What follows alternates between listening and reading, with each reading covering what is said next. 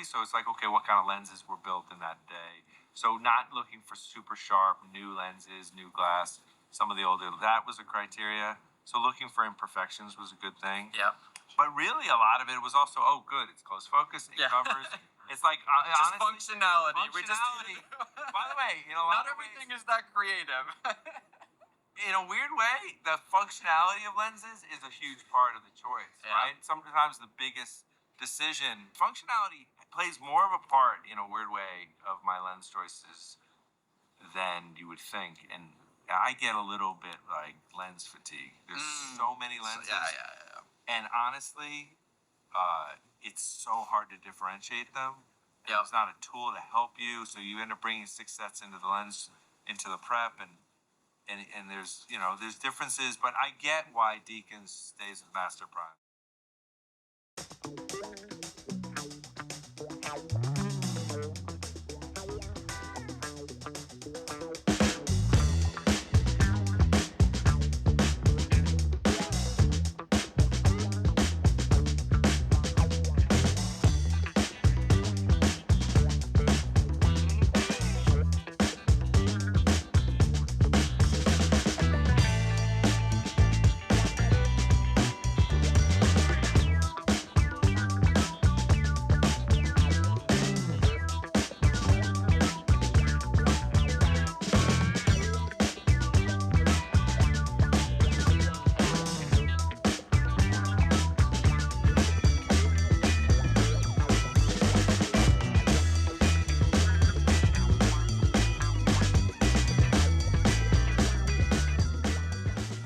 Honestly, it's so hard to differentiate them. Yeah. It's not a tool to help you, so you end up bringing 6 sets into the lens, into the prep, and there's differences. And there you have it, the birth of LensStack for DPs and cinematographers, just from Matty's and Lawrence's little documentary YouTube video. Go and check it out. It's a great video to watch, and I want to thank Matty and give him credit for using his YouTube video in my little snippet. The inspirations definitely come from that video, and it was only 10 minutes 13 or something into the video where Lawrence Sher said there's just no tool for DPs to actually search on intent and how they want to how they think. So it sparks an idea for me as a product designer to actually go off and think how I can actually design an app from scratch and get it built and get it shipped out. So the plan is to get it shipped out to a selective DPs, and obviously if Matty is obviously interested in, I did DM him, give him to his DP friends or anybody really, and get some feedback and how I can actually improve it, or what's missing, or what needs to be added, or what doesn't work, because that's the beauty of product design. Obviously nothing is perfect straight off off first go. We need that kind of community insight to actually make it actually better. So I'll give you a quick run through of it. I'll do a screen recording on my Mac. I did it on my phone, but unfortunately it doesn't show the modal when you're trying to do something and enter text and stuff like that, just for some weird privacy reason. So we're going to do it on the Mac. I'll guide you through it and the reasons why the way it is. So when you first land on LensStack, you're met with this kind of like different way of searching. So we've got this triangle radar, and we've got focal length. We've got the minimum focal distance and depth of field as well. So the idea of it was to actually is to remove all the cognitive strain of actually entering like that information. It's quicker to actually rack it, hence the dials. Trying to think of how you actually rack focus and things like that to give that kind of same aesthetic for, because obviously it's for DPs and things like that. So, or any cinema photographer for that matter.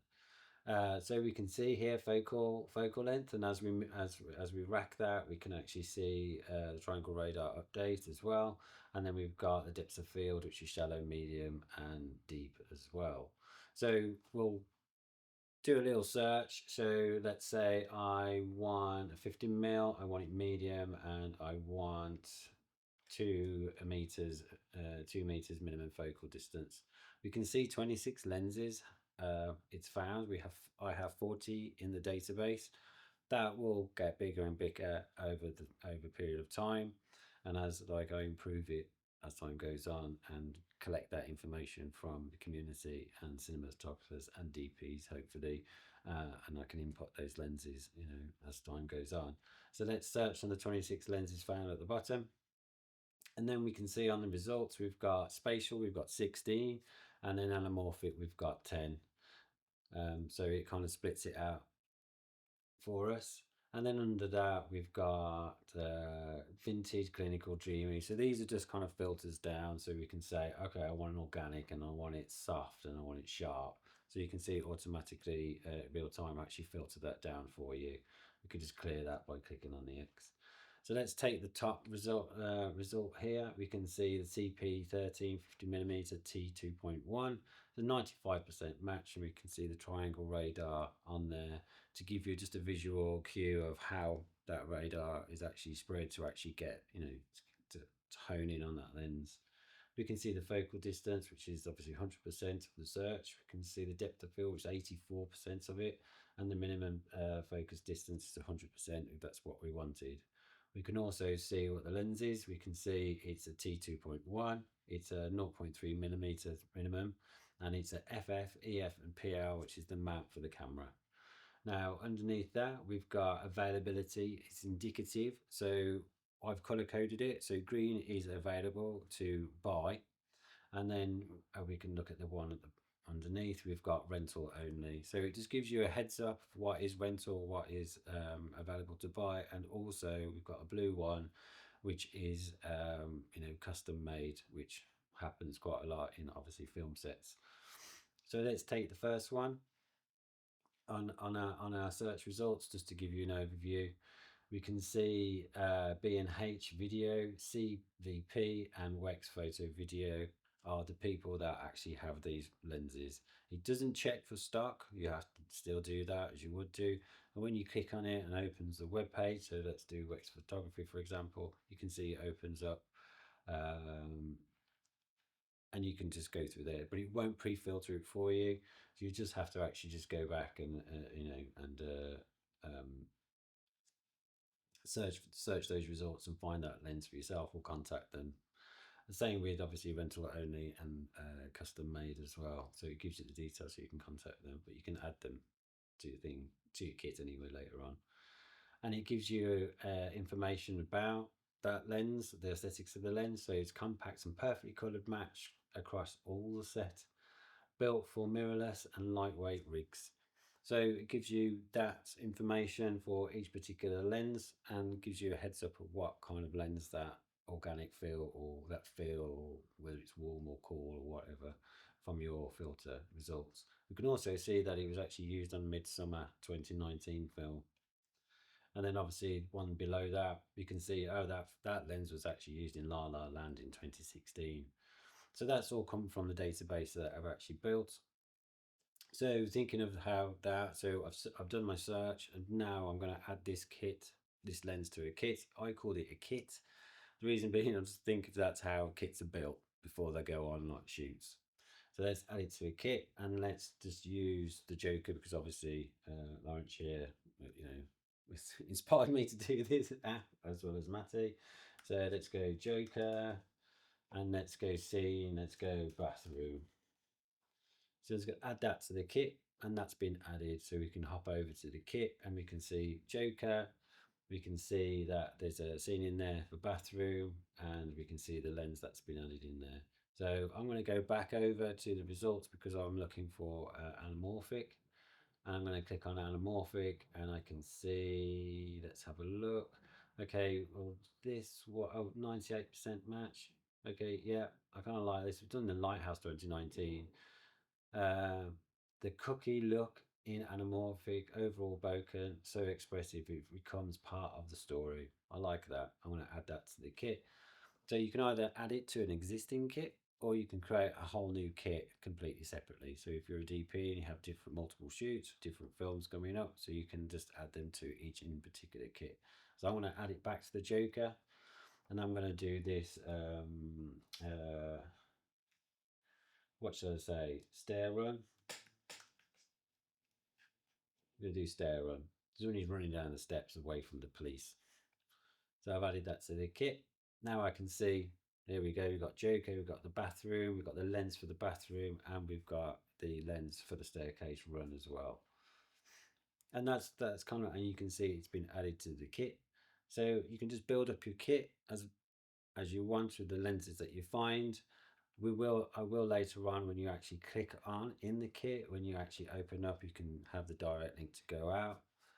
That is in the, well, it's in the to-do list. So I'll get that added in. Let's click on back and spatial. We'll do one, let's add one more to the kit. So let's add The Godfather 1972. I'm not going by film. So let's just add that, and then we're going to do, we've got the bathroom, we've got the stair run. Let's just do TV show, because that's what I remember as well. And that's been added to the kit. And then as again, you can add as many kits as you want. You can remove the kit, or you can delete the whole kit. And obviously if you delete, you have to redo it all again. So there you go. You've got nothing in your kit, go back to results. I've also added in films. Films is actually quite interesting because I've got 10 films in the database, and I wanted to have films in there so people can say, hey, what was that lens used on that film? So for example, yeah, we've got Joker here, we've got Revenant, we've got Gravity, La La Land, Midsummer, Belfast, The Godfather in there. So let's go back to the Joker. Obviously keep on the story. So we can see Joker 19, it was a spherical lens and it was done by Panavision Primo. We can see the direct and the DP, the camera, which is Aria Alexa 65.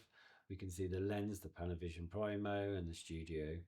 We can see what the intent of the film was. It was a drama, it was a thriller.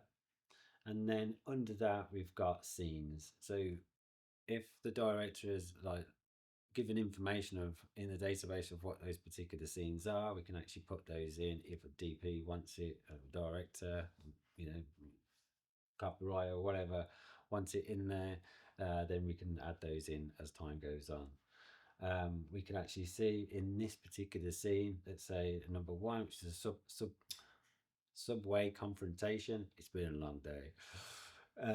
Arthur kills the 3 Wayne employees on the last night subway. Close quarters, panic, intricate, with a wide reveal of the empty car. So you can see what the intent of the shot is, and you can see Lawrence Sher push the prime mode to close focus to keep Arthur's face dominant and the carriage compressed. Intimacy in a public space becomes suffocation. So that was actually intent of the lens, and you can see underneath that what the lenses for that particular shot was used for. So you can see it was a Primo 50mm T1.9, and there's a 100mm as well in there. And obviously the same rules apply, same flow apply. You can add that to a kit. Obviously we deleted the kit, so you have to create a new kit, so we can just do that flow just again. But if the kit was there, you can add it to your kit. And then underneath that one, still in the Joker, we've got scene 2, which is the bathroom dance. We've got a wide open 50mm captures the full body, while shallow depth separates Arthur from the I can't see, I haven't got my glasses on. Institutional tiles. The lens holds without cutting, it stays with him. I haven't got my glasses on, I should put my glasses on. And you can see the lenses that was used for that, and again add that to kit. So that's basically how simple the app is, or the tool is. I don't say app, but the tool is. So hopefully it will help DPs in their daily workflow and capture the lenses that they need for their films and what scenes they want. So we're giving the beta. I'm opening up the beta for a selected number of people. I haven't particularly decided on the number of people yet. Depends on how many people come in or contact me that would like to use it. But it'd be good for the community, cinematographers, DPs, directors to put it in their hands, so I can get some valuable feedback from you, which would be absolutely amazing, and it'd be really inspirational to actually see it being used by some of the leading directors of photography out there. I'm actually quite excited about it. Um, but it's been fun, just me as a product designer taking that one bit of wording and coming up with an application, or sorry, a tool to actually help, reduce the strain of basically what Lawrence Sher was saying. Yeah, it's been absolute blast to create. And obviously, I do this as my full time job anyway. It's my my business as a product designer. So I like to actually create things sometimes as research and development, and seeing what tools I can actually make to actually as I say, make users' lives better. But that's about it. I hope you've enjoyed it. I'll If I come up with another one, obviously I'll document it. I'm trying to do this as much as possible. I'll try to be better at scripted. This was not scripted whatsoever. This was just shoot, do stuff, go with the flow. But I just wanted to show you, what can be done, and how I think and how I do it.